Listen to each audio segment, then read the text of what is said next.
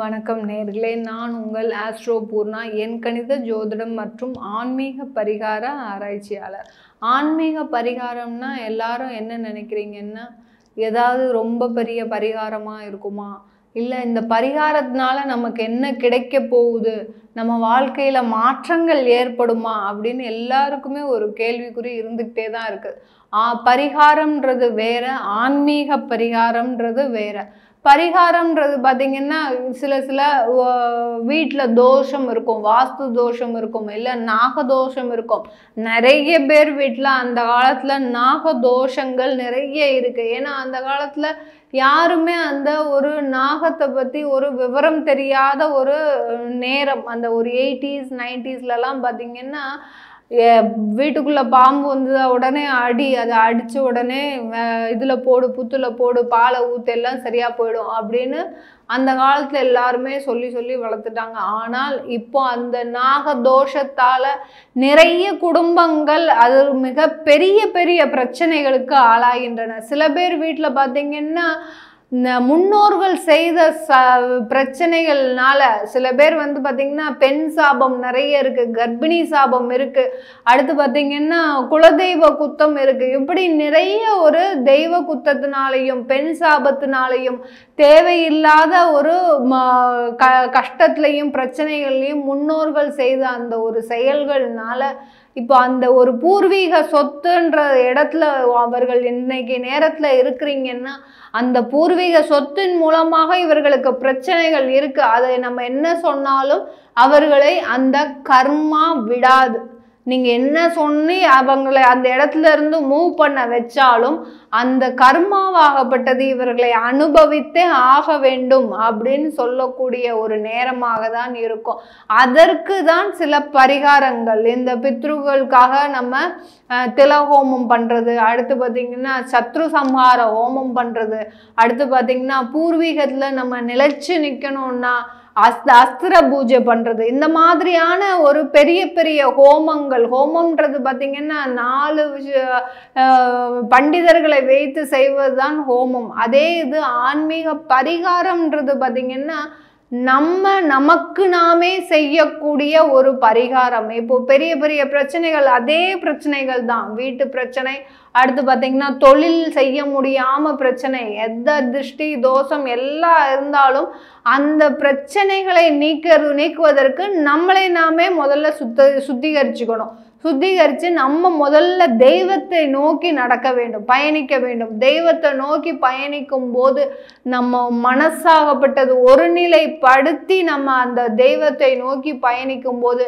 நம்ம பின்னாடி இருக்கிற அந்த கர்மாவோ சரி, நம்மளுடைய பாவங்களோ சரி, எதுவாக இருந்தாலும் சரி, அது உங்களை ஒன்றுமே செய்யாது. உங்களுடைய கட்டங்களும், அதாவது ஜாதக ரீதியாகவும் உங்களுக்கு எந்த விதமான ஒரு பிரச்சனைகள் இருந்தாலும் சரி, இந்த ஆன்மீக பரிகாரம் மூலமாக உங்களுக்கு மிகப்பெரிய பிரச்சனைகளை கூட ஒரு சாதாரணமாக சந்திக்க வேண்டிய ஒரு மனநிலையை கொடுக்கக்கூடிய பரிகாரம் தான் ஆன்மீக பரிகாரம். அந்த ஆன்மீக பரிகாரத்து மூலமாக என்னென்ன பிரச்சனைகளை எல்லாம் நம்ம தீர்க்கலான்றது தான் நம்ம ஒவ்வொரு பதிவுலையும் சொல்லிட்டு இருக்கிறோம். இன்னைக்கு நம்ம ஒரு சிறப்பு பதிவாக பார்த்தோம்னா, சூரியன், புதன், ராகு இந்த 3 கிரகங்களும் மீன ராசியில சேர்க்கை பெற்றிருக்கு.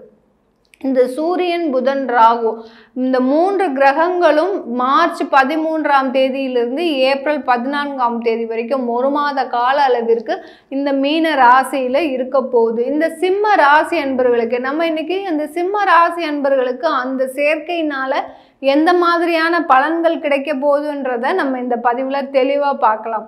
இந்த காலகட்டத்தில் இந்த சிம்ம ராசிக்கு அதிபதி சூரியன்.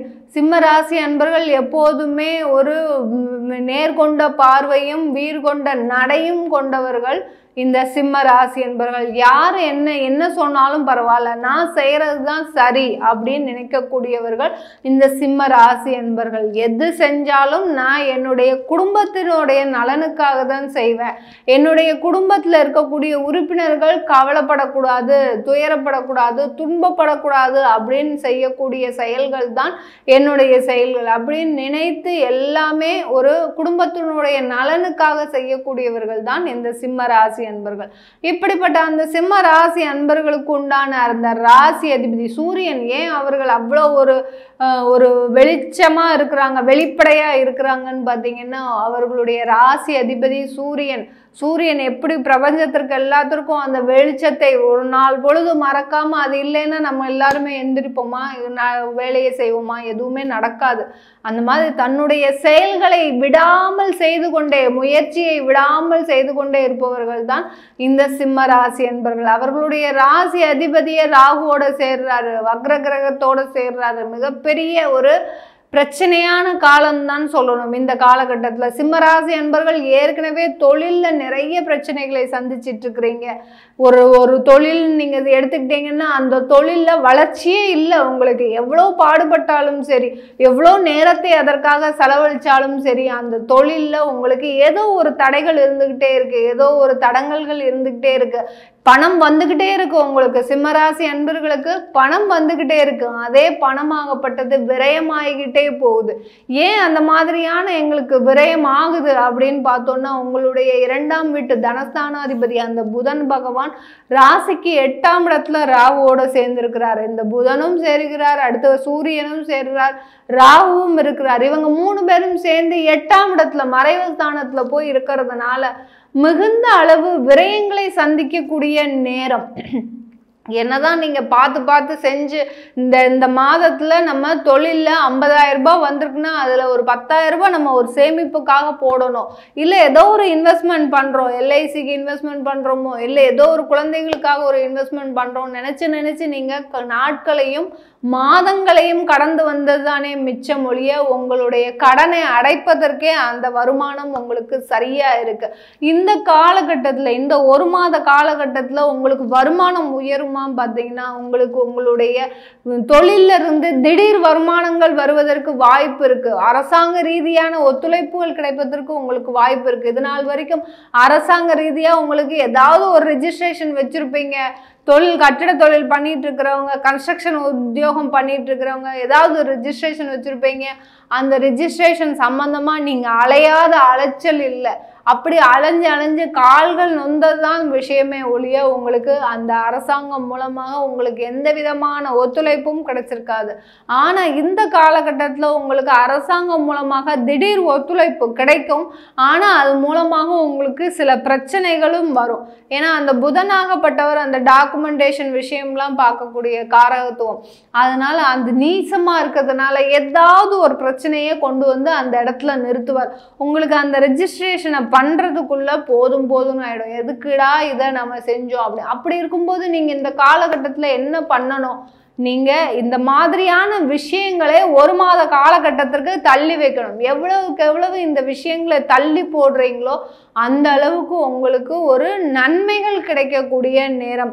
இல்லை மேடம், நாங்க வாங்கி ரெஜிஸ்ட்ரேஷன் ஆகாமலேயே 1 வருஷமா நாங்களும் தள்ளிட்டு இருக்கிறோம், நாங்க எங்களுடைய காசை எல்லாத்தையுமே கொடுத்தாச்சு, இன்னும் பார்த்தீங்கன்னா எங்களுக்கு அந்த வீட்டோட ரெஜிஸ்ட்ரேஷன் முடியல அப்படின்னு சொல்லக்கூடிய அந்த சிம்மராசி அன்பர்களுக்கு இந்த காலகட்டத்தில் அப்படியே உங்களுக்கு முடிஞ்சாலும் சில விதமான ஒரு பிரச்சனைகள் கண்டிப்பாக வந்தே தீரும். அதற்கு உங்களுடைய முதல்ல குலதெய்வ வழிபாடை நீங்கள் நல்லா வழிபாடு பண்ணிக்கோங்க. அடுத்து பார்த்தீங்கன்னா பெருமாளை நல்லா வழிபாடு பண்ணிக்கோங்க. உங்களுடைய குலதெய்வம் தான் முக்கியமாக. எல்லாருமே பார்த்தீங்கன்னா எந்த கிரகங்கள் எப்படி இருந்தாலும் குலதெய்வத்திற்கு முதல்ல வழிபாடு பண்ணிக்கிட்டீங்கன்னா உங்களுடைய பிரச்சனைகள் எதுவாக இருந்தாலும் சரி அது உங்களுக்கு ஒரு சாதகமாக முடியக்கூடிய ஒரு நேரமாக இருக்கும். இந்த சிம்ம ராசி அன்பர்களுக்கு அடுத்தது அந்த புதனாகப்பட்டவர் 2-11 குடையவர். அந்த லாபஸ்தானாதிபதியை நீச்சம் பெறாரு. நீச்சம் பெற்றதுனால எப்படி இருக்க போது? உங்களுக்கு லாபம் கண்டிப்பாக வரும், வராமலாம் இருக்கவே இருக்காது. ஏன்னா 8ஆம் இடத்துல இருக்கும்போது அதிகமான லாபம் வரும், பிரச்சனைகளோட வரும், அவமானத்தோட வரும், அசிங்கத்தோட வரும். சில இடத்துல கடன் கேட்க போறீங்களா, உடனே கொடுப்பான், ஆனா அசிங்கமா திட்டி கொடுப்பாங்க. அதுதான் இங்க இருக்கக்கூடிய விஷயங்கள். 8ஆம் இடத்துல இருக்கக்கூடிய கிரகங்கள் என்ன கொடுக்க போகுது? உங்களுக்கு நிறைய ஒரு அளவில்லாத ஒரு பணத்தையும் தரும். அதே சமயத்துல பிரச்சனைகளையும் பின்னாடியே தரக்கூடிய ஒரு நேரமாக தான் இந்த சிம்ம ராசி அன்பர்களுக்கு இருக்க போகுது. இந்த காலகட்டத்தில் நீங்கள் இந்த மாதிரியான முயற்சிகளை தவிர்த்து ஒரு இடமாற்றத்திற்கு முயற்சி செய்தீங்கன்னா கண்டிப்பாக அது சக்ஸஸ்ஃபுல்லாக நடக்கக்கூடிய நேரம். வெளிநாட்டில் வேலைவாய்ப்பு தேடினீங்கன்னா அது ஒரு சக்ஸஸ்ஃபுல்லாக நடக்கக்கூடிய நேரம்.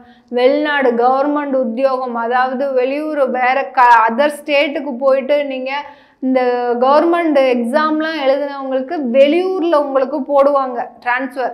நீயோ எங்கேயோ போட்டான், எங்களுக்கு கல்கத்தாவில் கொண்டு போய் போட்டுட்டான், நான் இருக்கக்கூடியது பாண்டிச்சேரியில் இருக்கிறேன், எங்களுக்கு வேறு எங்கேயோ போட்டிருக்கிறான்னா நீங்கள் தாராளமாக அதை அக்செப்ட் பண்ணிவிட்டு நீங்கள் உங்களுடைய வேலையை தொடர்ந்தீங்கன்னா உங்களுக்கு மிகப்பெரிய அளவில் ஒரு மகிழ்ச்சி காத்துட்ருக்குதுன்னு தான் சொல்லணும் இந்த சிம்ம ராசி என்பர்களுக்கு.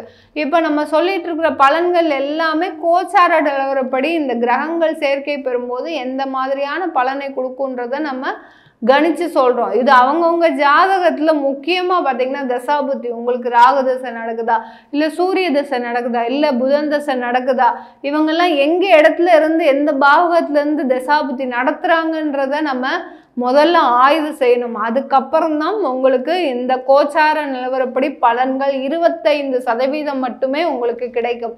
முழுமையாக 75% பலன் உங்களுடைய தசாபுத்தி பலன் தான் கிடைக்கும்.